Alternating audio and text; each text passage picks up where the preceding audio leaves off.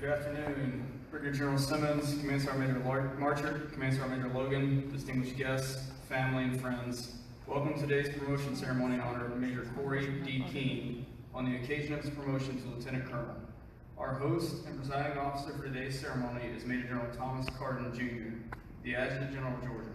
Please stand for the arrival of the official party and remain standing for the singing.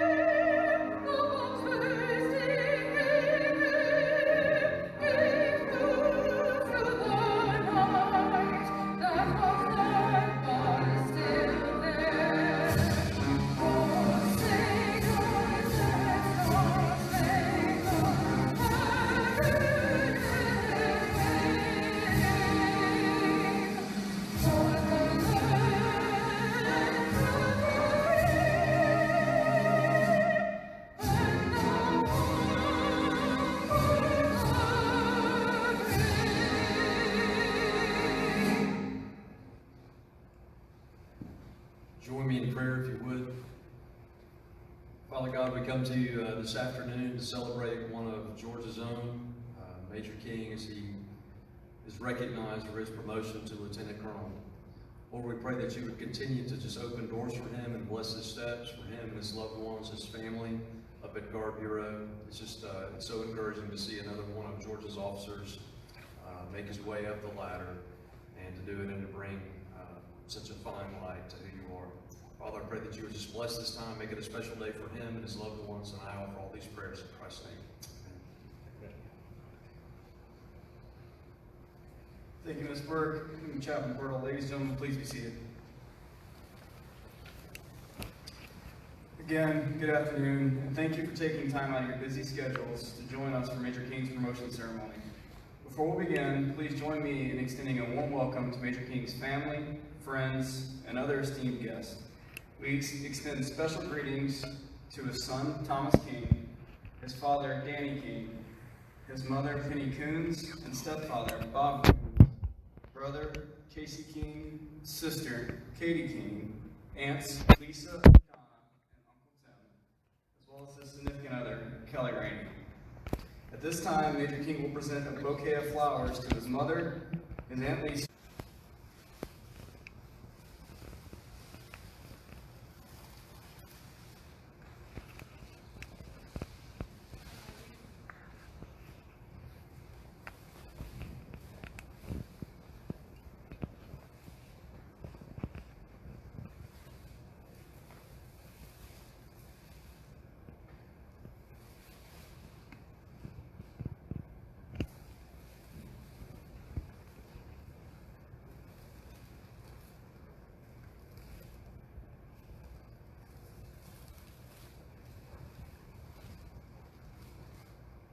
So, without getting emotional, too late. So, been at the Pentagon the last 2 years. Walked by some great artwork in the Pentagon. If you get the opportunity to be in DC or take a tour, of the Pentagon, I would encourage you to do so.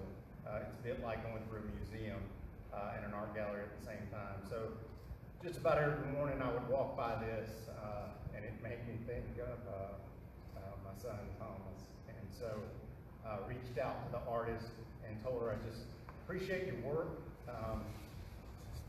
Funny how things work. She, as I reached out to her, she wanted to send me a print.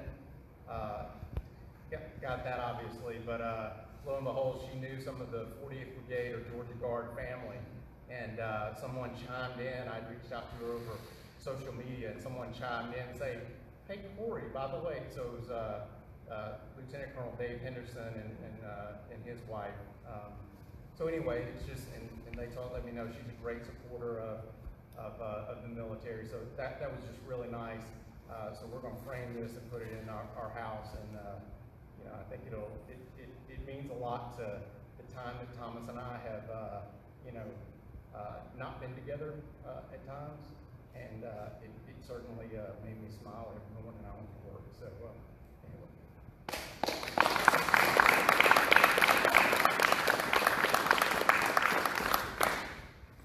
We'd also like to extend a welcome and a thank you to as many friends, colleagues, general officers, active and retired able to join us for today's ceremony. Today, you will be witnessing a tradition-rich ceremony in which we formally recognize a service member's advancement to the next higher rank. The United States Army honors Major King and his family on the occasion of his promotion after 22 years of dedicated and selfless service to this country. This ceremony is in keeping with the proud history and traditions of the United States Army and incorporates many of its oldest customs. Ladies and gentlemen, I am pleased to present our host and presiding officer for today's ceremony, Major General Thomas Carden, Jr.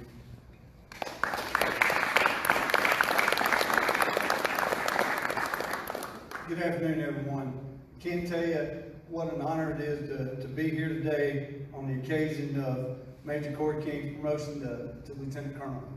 And as you just saw, you know, in this business is bigger than us.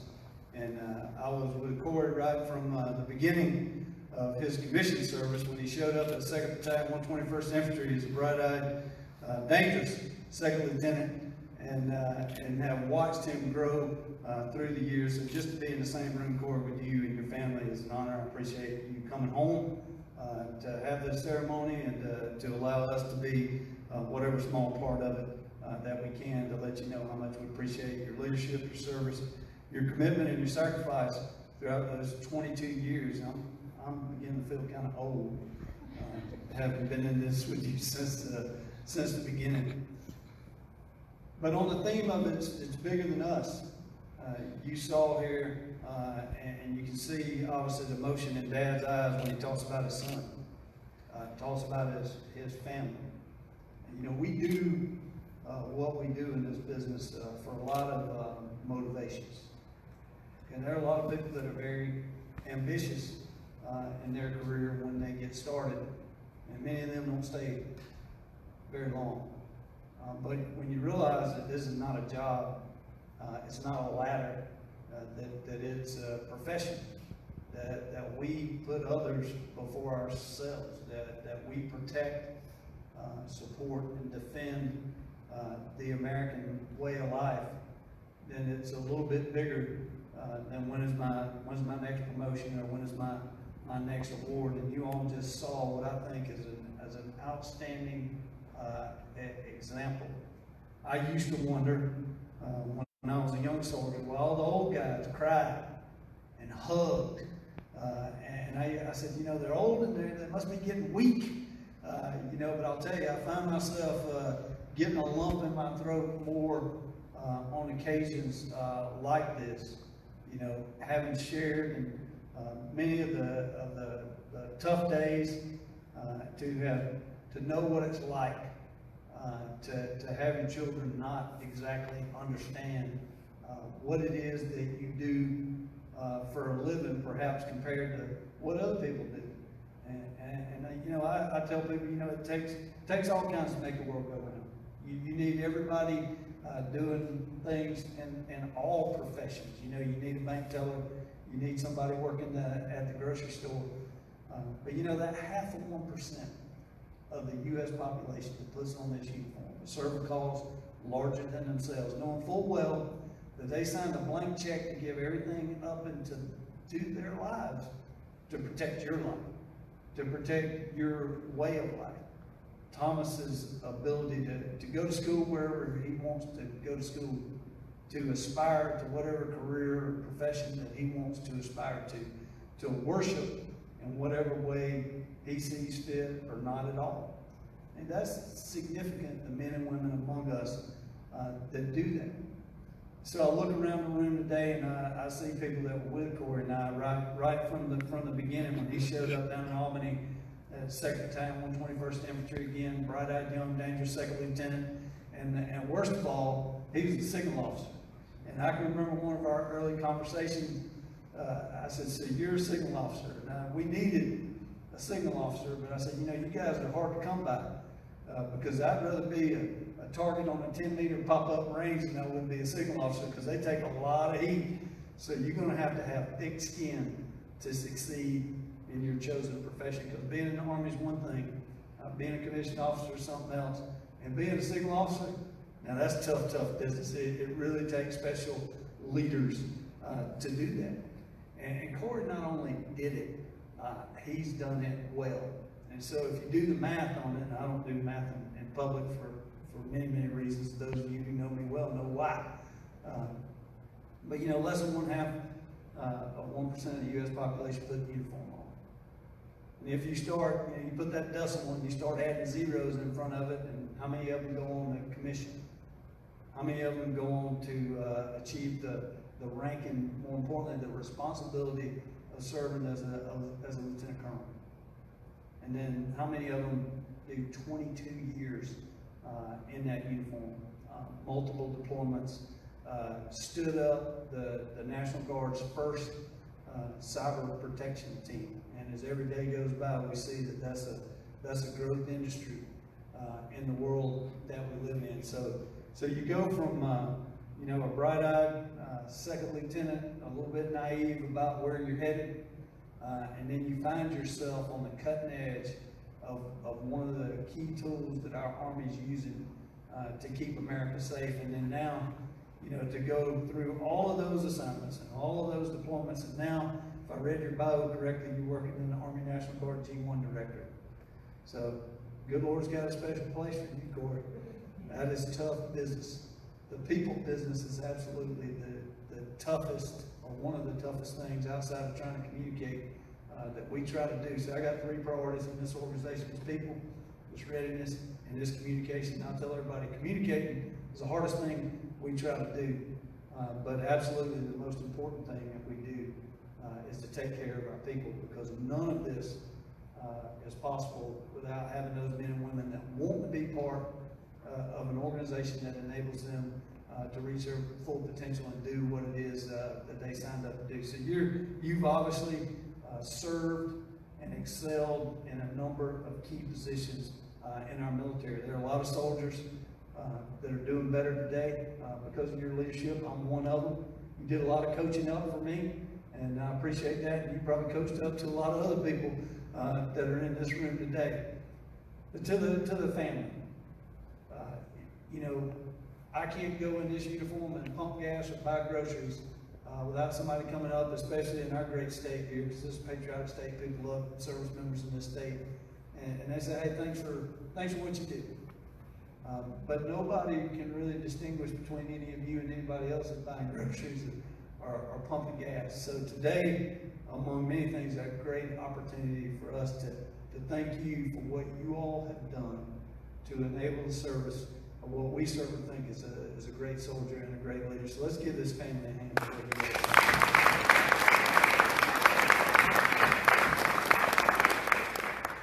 So today is really not about what you've done, Corey.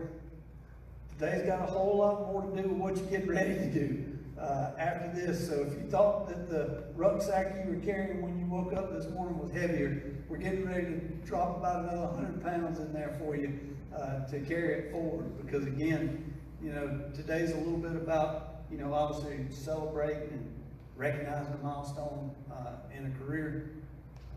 But the Army, the Army National Guard, what we do for a living, not about what you did today. It's about what you're gonna do tomorrow. Because there are soldiers and families, civilians, out there that work in this enterprise that are absolutely gonna be dependent on you to take your game to the next level. And having served with you and had the honor to watch and be just a small part of your development through your career, I have no doubt that you're gonna do a great job, not only in reflecting well on the state of Georgia, but supporting and defending our Constitution, doing a great job for the United States of America. Congratulations, Lieutenant Colonel King. I'm very proud of you.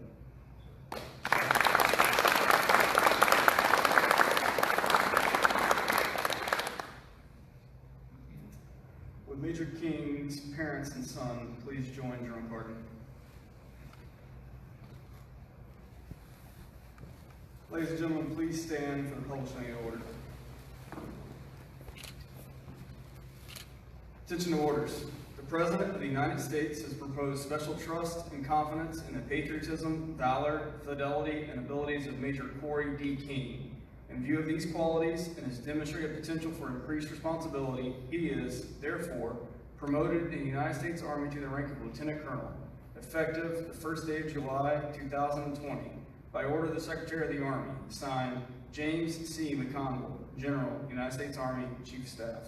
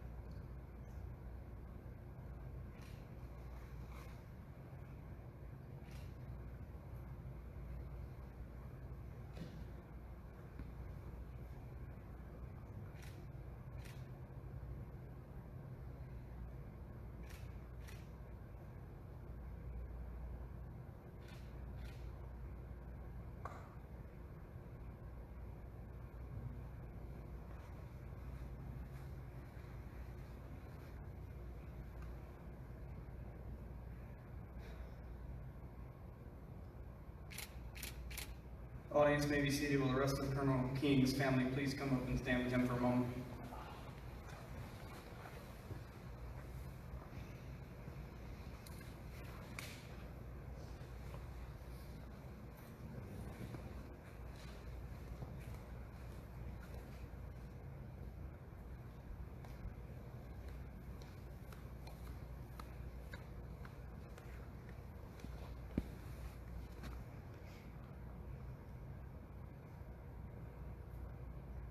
Let him go first. Right, hold just another minute. Thank you. Members may be seated.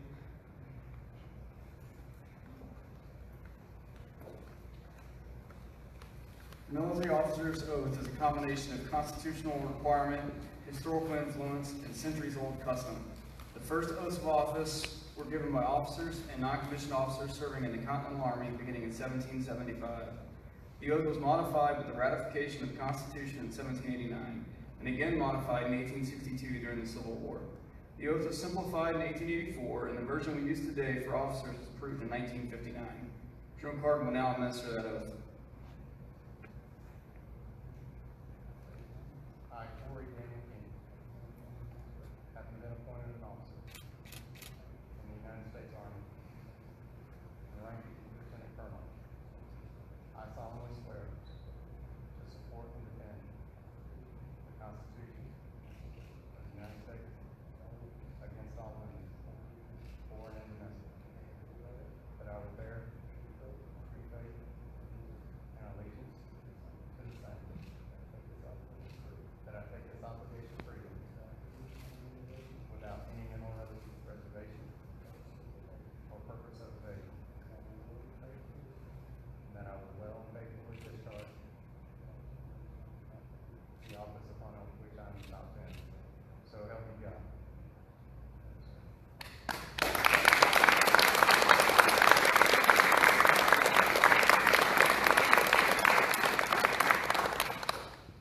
Ladies and gentlemen, I present to you our Army and Georgia Army National Guard's newest Lieutenant Colonel, Lieutenant Colonel Corey King.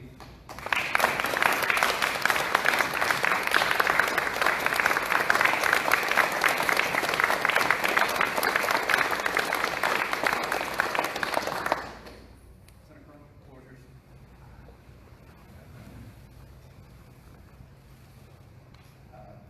Major General Carden, Brigadier General Simmons, all the staff that helped put this together, I am sincerely grateful for your time, given the operational environment going on today, particularly in Georgia. I respect your time and really appreciate the hospitality that you've shown me, my family, and really throughout my career. So really, thank you. I think you deserve a hand.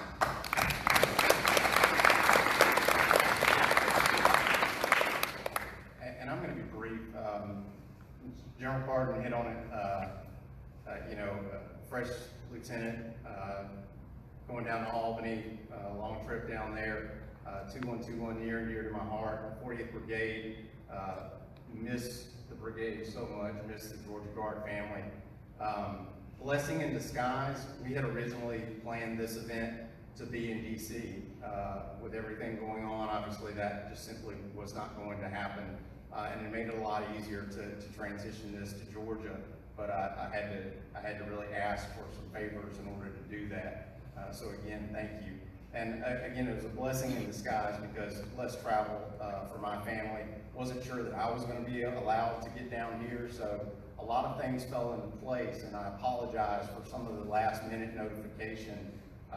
It just reduced some of the circumstances. I was really worried that I was going to get a phone call that we might have to push this or do it another time, just because I understand how folks' schedules are down to the minute and everything. So I sincerely thank you for taking the time to allow this to happen and to be here.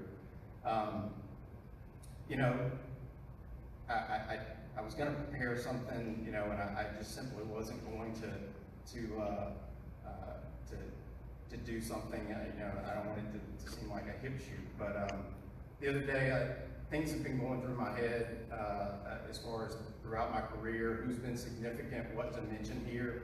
I just simply don't have that much time. I heard something on the way here, or on the way to Georgia, talking about the chapters of your life. And one of the first chapters was straight out of Jackson, Georgia, on Maple Ridge Drive. And such a special place to be able to grow up. Plenty of things to chase down there. Whether I was chasing Jason Watts, one of my childhood friends and neighbors around the neighborhood, pick up games, basketball, football, that kind of thing everywhere, or chasing wildlife in the woods, right in the backyard. What I didn't realize was that area, the environment that I was growing up in, and the parents and family that were, and I mean neighbors, coaches, friends, my peer group, before I ever joined the military, were doing a good job of making me somewhat, I think, tailor-made for a member of the Georgia Guard, frankly, because family was important. The things that you have to do, the basics that you do in basic training, or that are sort of the cornerstone of this profession that you got to be good at. I was doing that before I was ever wearing the uniform. So shooting a rifle, those kinds of things, running. I mentioned Jason because that kid's still running today, but he does these ultra marathons and everything. So the bottom line with the athletics and trying to keep up with Jason and some of the other neighbors that I played those sports and everything with, you know, I stayed in good shape. But the bottom line is that chapter of my life was setting the stage for what I would eventually end up doing. So I'm very grateful, and thank you all for coming. I know you've got families and jobs, and I know it wasn't easy to get here. So really thank you, and thank you for that time in my life. You know, when I was able to just come down the street and see you. This is, you know, quite a homecoming today. Because being up in Virginia and DC, I don't get to see that family as much as I'd like to as well. But seeing my Guard family, members of the 48 folks I went to OCS with, right here in Georgia, John Pardon, sir, you are a special, you were a special mentor in my career, and to see where you are today, especially given the things that are going on, and the Guard's mission, and the things that the Georgia Guard, and I've been watching. So I haven't been a participant being up in Virginia and DC, but I've been watching, and I've been very, very proud. I continue to be proud, and it's bittersweet not being able to be a part of it when you used to be part of that formation. It was very important to me that I was not going to let go of that card-carrying member of the Georgia National Guard unless something happened in my career where I absolutely had to. So, and I'm glad I didn't, because I don't know if I'd have been able to come down here and have this event today like I did. So today the big message was to both sides of the room, the folks over here and the folks over here. I really just wanted to make sure that you heard the sincerity in the lump in my throat, as General Carden put it, the sincerity and the appreciation I have for this organization and my family as well. And you guys, you're certainly family as well. So thank you for coming. I'm going to stop it there. Turn it back over.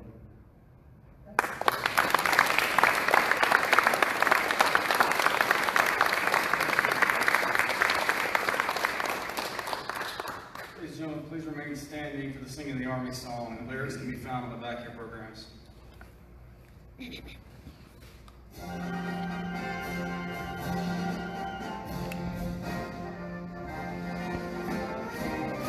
March along, sing a song with the army of the free. Count the brave, count the true, who have fought to victory. We're the army and proud of our name. We're the army and proudly proclaim. First to fight for the right and to build the nation's might, and the army goes rolling along. Proud of all we have done, fighting till the battle's won, and the army goes rolling along. And it's high day, the army's on its way. Down off the caves loud and strong. For wherever we go, you will always know that the army goes rolling along. Ladies and gentlemen, this concludes today's ceremony. Thank you all for attending. We ask you now to please come